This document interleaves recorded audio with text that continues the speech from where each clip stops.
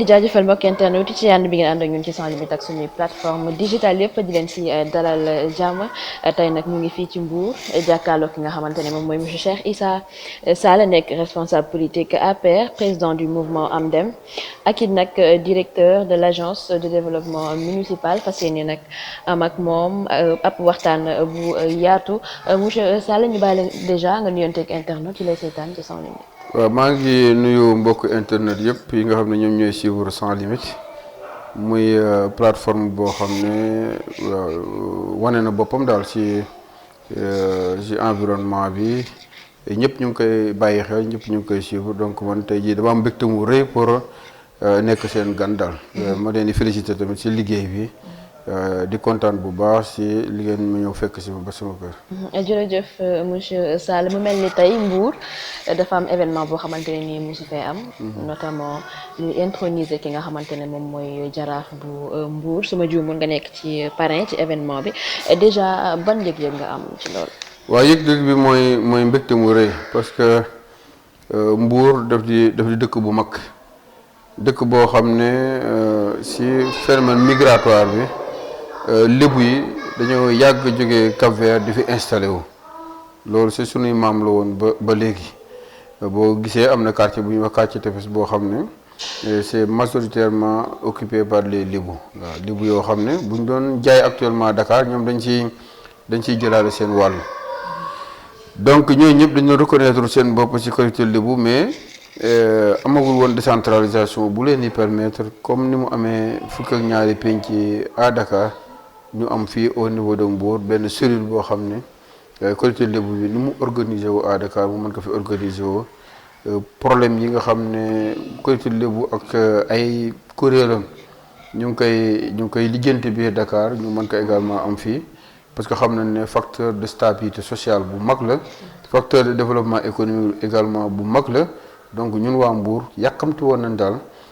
maanaam collectivité lébu ñëw installé fii benn cellule boo xam ne kii nekk ci kaw day nekk jaraaf am ñu mu àndal ñëpp mooy ndey jëréew yeeg saltige yeeg ñu mu àndal frais yeeg yooyu yëpp bu ko defee ñu am benn organisation buy bàyyi xel bu baax li nga xam ne ñun ñëpp ñoo ko bokk muy lébu gi li nga xam ne ñun ñëpp ñoo ko bokk muy napp gi li nga xam ne ñun ñëpp ñoo ko bokk muy géej gi. d'autant plus que yëg nañ sax ci ba ñu wàccee ci terrain bi ñi nga xamante ne jot nañoo saafonte ak ñoom laaj leen li nga xamante ne moom mooy rôle jaraaf dañ ñu xamal ni jaraaf bi buñ ko fi falee tey jii nii dafay jàppale askan bi parce que loolu lañ ko fi tegee. waaw loolu mooy rôle am parce que xam nga lébu yi. bu yàgg avant colonisation bi ba bi colonisation bi ñëwee dañu organisé woon comme genre gouvernement mu am ku nekk secteur bu nekk am koo xam ne moom moo koy taxaw donc jaraaf bi bu ñu ko installé actuellement à Mbour dina jàppale bu baax autorité administrative yi dina jàppale autorité locale yi dina jàppale daal population yi ci démarche yu bëri yoo xam ne ni ñu ngi ko doon def ku nekk xam ne wàllum géej mi nga xam ne moo gën a intéressé lébu yi léegi bëri na ay réglementation bëri na ay restriction bëri na vraiment politique bu ñuy développer pour protéger ressources halieutiques yi ak yu demee noonu donc jaraaf bi tamit dina si mën a jouer rôle bu baax d'intermédiation de médiation yaa ngi dégg pour que loi yooyu nit ñi mën ko intégrer mën ko di doxe parce que seen intérêt donc moo tax ñu koy teg donc jaraaf bi mën na également di jox médiation su fekkee am na ñaar ñu am problème wala kër yu am problème wala ci biir géej gi ñaari façon napp maanaam mbaalkat yi bu ñu amee problème ak waa Dolinka wala waa Dolinka am problème ak waa Sayma wala waa Yolal donc yu mel noonu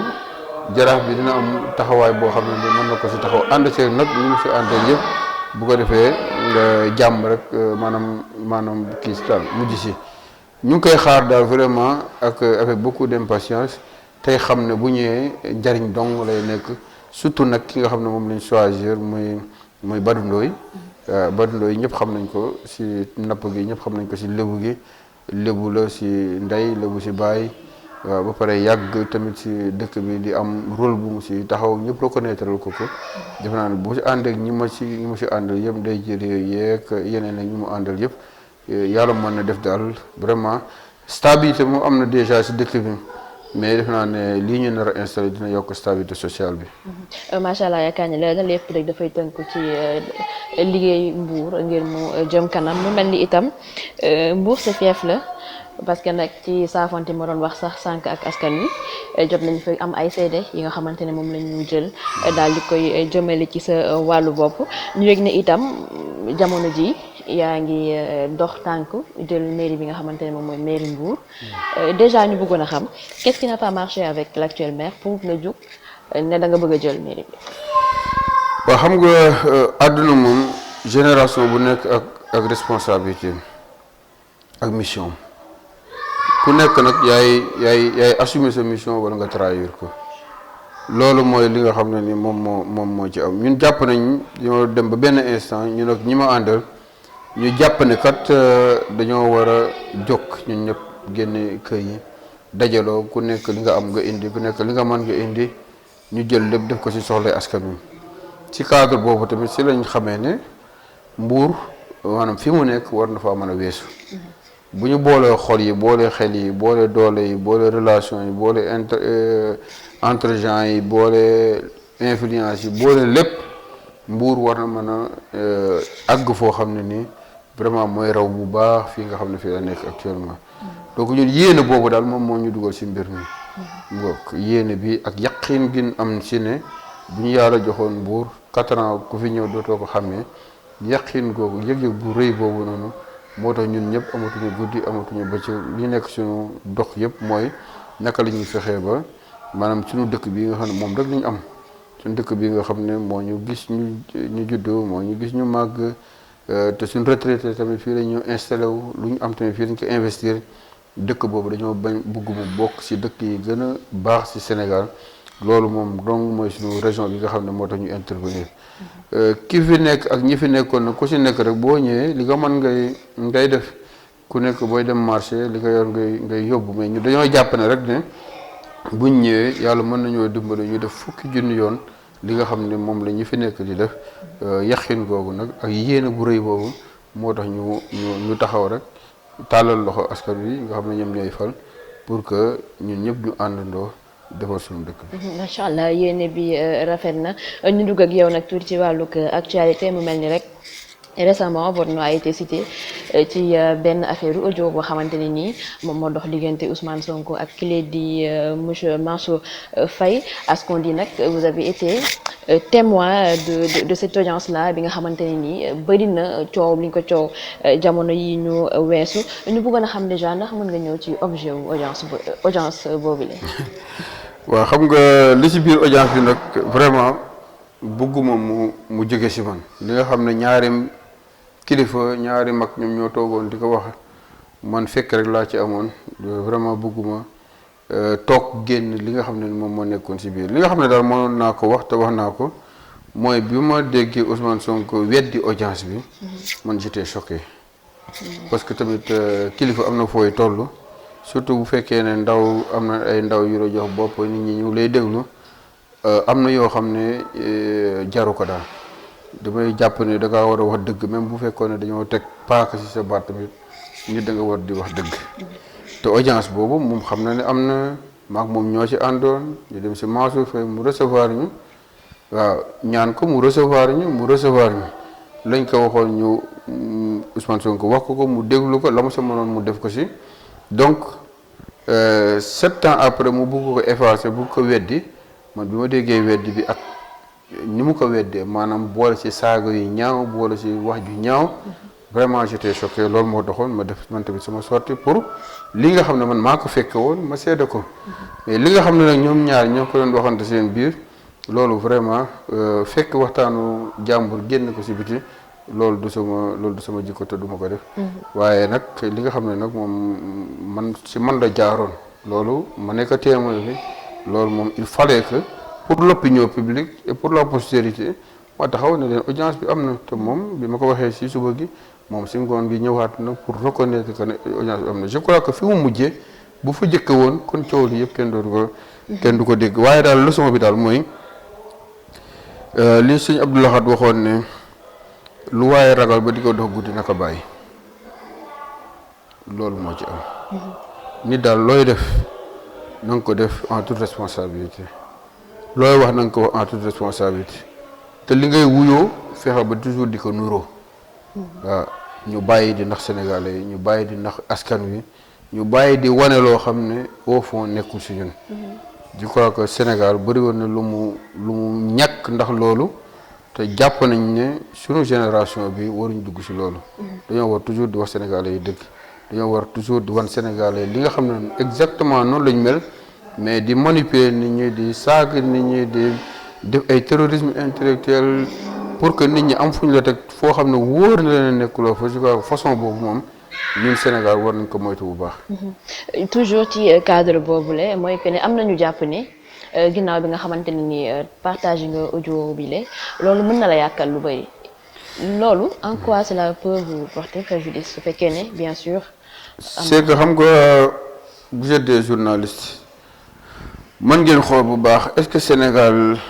kenn mën na gis ne Cheikh Issa Sall moom moo jël audio yóbbu ko ci domaine public bi.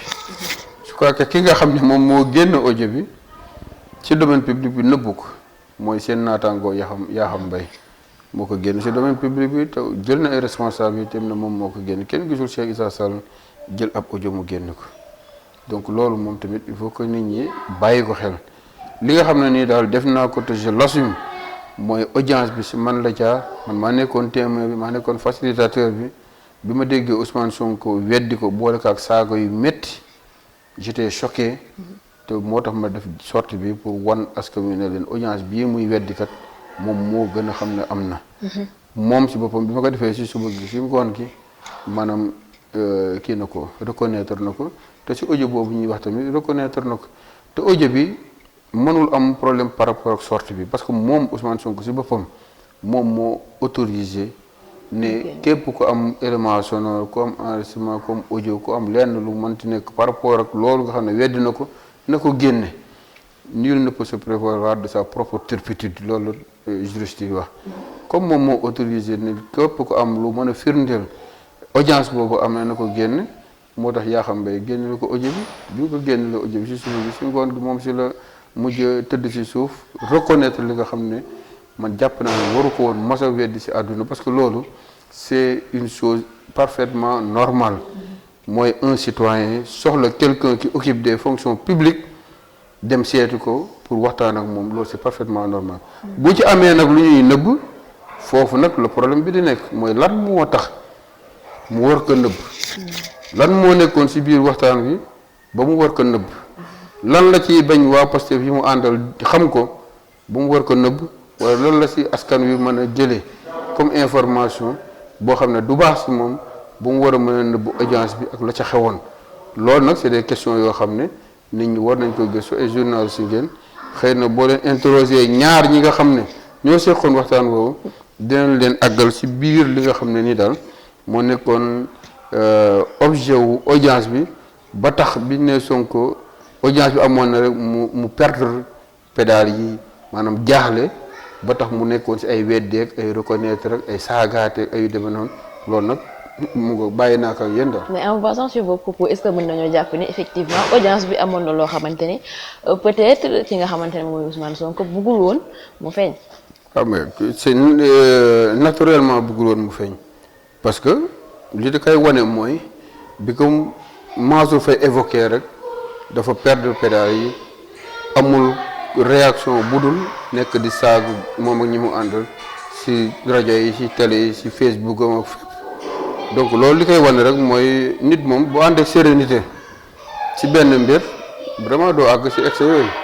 mais koo gis rek mu jël comme argument saaga wala comme argument yenn comportement yi rek boo xoolee ba ci biir c'est parce que ci affaire boobu noonu nekku ci à l'aise la ci biir nag comme ni ma leen ko waxee li ci kanam réewu li bët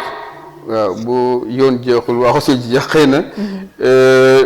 bés dina dox ba nit ñi xam exactement lan la fa doon uti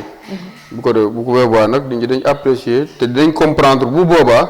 lan moo taxoon bi ñu nee audience bi rek mu perdre pédale yi. toujours ci foofu noonu balaa ñuy tëj rek une question te mooy que ni ginnaaw bi nga xamante ne coow li jib na ñu cité sa tour ci loolu naka nga recevoir réaction nit ñi via les réseaux sociaux. waaw xam nga politique nag moom boo si xasee ba dugg da ngay lu ak politique ak lu mënta nekk la da ngay accepter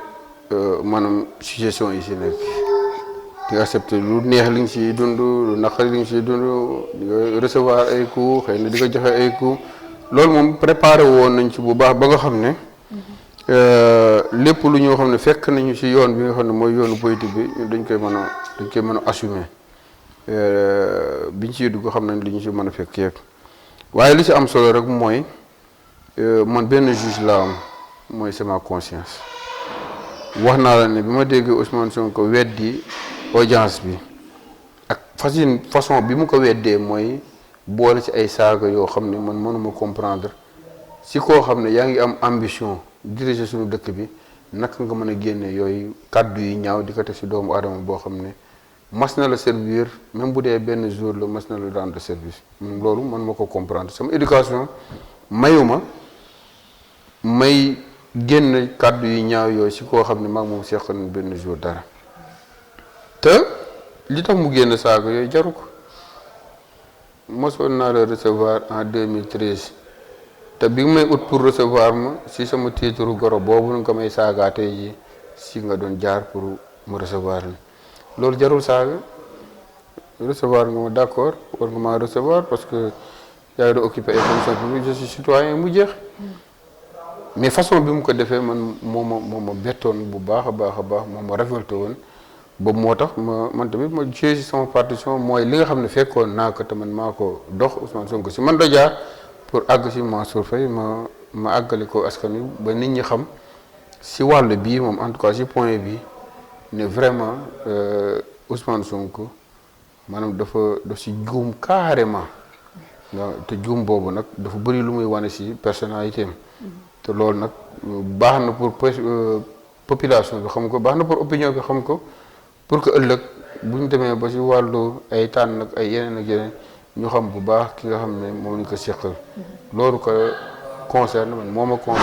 concerne képp ku war a samp seen dënd rek pour laaj baatu askan wi am na benn taxawaay boo war a taxaw si askan wi am na noo war a doxee am na noo war a waxee mais vraiment loo xam ne nii vraiment c'est banal bu indee rek coow yu mel nii rek c'est parce que comme ni ma leen ko waxee woon sànq da si biir xëy na bés dina génn da si biir moom mooy problème bi. juste pour rek tëj te wax rek ci en général xuloo bi nga xamante ne moom moo dox diggante Mansour Faye ak Ousmane Sonko déjà on voit que Mansour Faye ministre la kii njiital parti la bëgg jël réew mi est-ce que ñoom ñaar maanaam njiitangaas gi nekkee loolu. est-ce que c'est digne de vrai gentleman et tamit ban conseil nga leen di jox ku ci nekk pour à ce que nag ñu dox ay tànku responsable dëggantaan. xam nga Sénégal dañuy bëgg yenn saa yi une chose et son contraire kii ministre la kii dafay laaj réew mi kii waaw chef d'entreprise la ñun ñëpp ay citoyens sénégalais leen. lan moo tax bu ñu lay fal ci yenn poste yi rek ñuy def enquête de moralité ci sa biir bu ñu banaliser lii c'est extrêmement important il s'agit de quelqu'un qui aspire à être président de la République koo xam ne demoon na ay élection présidentielle yi passé bu ñu demee ba xam ci moom yenn comportement yi ak loo xam ne ni possible na ci moom mooy mu mën a weddi loo xam ne wóor na ko ci aqulaay taalaam ne loolu am na lépp li ko lal nekk maanaam nax askan wi wan leen ci moom loo xam ne nekkul ci moom loolu je crois que c'est un aspect extrêmement important boo xam ne population yi waruñ ko banaliser. ce débat là li tax askan wi concentré aussi c'est parce que askan wi xam nañ importance am ça leur a permis de savoir exactement kan mooy Ousmane Sonko de savoir de quoi il est capable. loolu moo tax débat bi am solo loolu moo tax pendant 15 jours Sénégal yi am nañ yeneen li ñu war a def boo gisee ñu concentré aussi nii c'est parce que débat bi amoon na leen solo c'est parce que débat bi mu ngi leen di permettre ñu découvrir si nit koo xam ne am nañu amoon si moom yaakaar ne kooku kat ndekete la mu leen doon woon ak te mu mel ndekete bokkul. mais justement qu'en est-il maintenant de Mansour Faye parce que ministre la comme ni ma la ko waxee woon sànq te coow li fu mu jógee rek moom mooy demal wujji of nag demuma. non jegewul foofu c'est-à-dire il faut que ñuy analyser bu baax Mansour Faye dañ ko affaire OFNAC te li mu wax amul kenn ku ko mën a dindi ci Sénégal loi wu OFNAC moo bokkul ci moom mu am possibilité wu convoquer un ministre loolu amul benn maanaam juriste ku ko mën a weddi OFNAC mënul oo un ministre loolu moom ñëpp d'accord nañ ci Mansour Faye ministre la ñu ne OFNAC mën na la oo mën a déedéet su ma oowee du ma dem parce que OFNAC mënu ko woo bi ci Ousmane Sonko jotee au lieu mu wax bu normal critique objective wax exactement rek lu mu ci war a wax mais dafa dugg ci domaine boo xam ne baaxul mooy dugg ci affaire ay góor président la moo tax mu def lii ak ay nangam yooyu loolu la ko Mansour ne ko goro googu ngay ŋàññale di ci wax teg lu ñaaw goro googu masoon nga kaa sollicité parce que en 2013 bi Sonko di sollicité Mansour Faye sollicité ko woon en tant que délégué général wala en tant que lii wala en tant da koo sollicité en tant que xamoon ne beau frère am la xamoon ne mën na jaar ci moom pour jot président moo tax mu sollicité ko woon loolu la ko Mansour Faye wax waaw loolu na ko wax ne ko mais audience bi waaw c'est vrai que jaaroon naa fa mais 2013 la woon nangam waaye weddi audience bi ak ni mu ko weddee maanaam saaga yi mu ci boole loolu moo indi coow li ba fii mais comme ni ma leen ko waxoon ma delluwaat ci boo gisee mu perdre pédale yi nekk di saaga bu baax ci ab audience am na wala amul dem leen ngeen seetu lu ci biir lu jëngu la ko yëngal moo ko ëpp doole. macha allah leer yi am na solo monsieur Cheikh Issa Sall ñu bàyyi leen nga joxe say kàddu yu mujj. waaw baax di leen sant di féliciter sans limite Yankhoba ak yéen ñi ngeen ci àndal yëpp seen liggéey am na solo yéen a ngi participer daal ci développement réew mi. Vraiment di kontaan bu baax ci tey jii journée bi ak di ñaanal jaraaf bi nga xam ne moom la ñu war a installer mission am yal na ko yàlla téyal boppam vraiment ba moom li mu bëgg yëpp yàlla defal ko ci mu doon njariñu collectivité Lébu bi fi nekk njariñu Mbour nekk njariñu département bi nekk njariñu Sénégal merci beaucoup.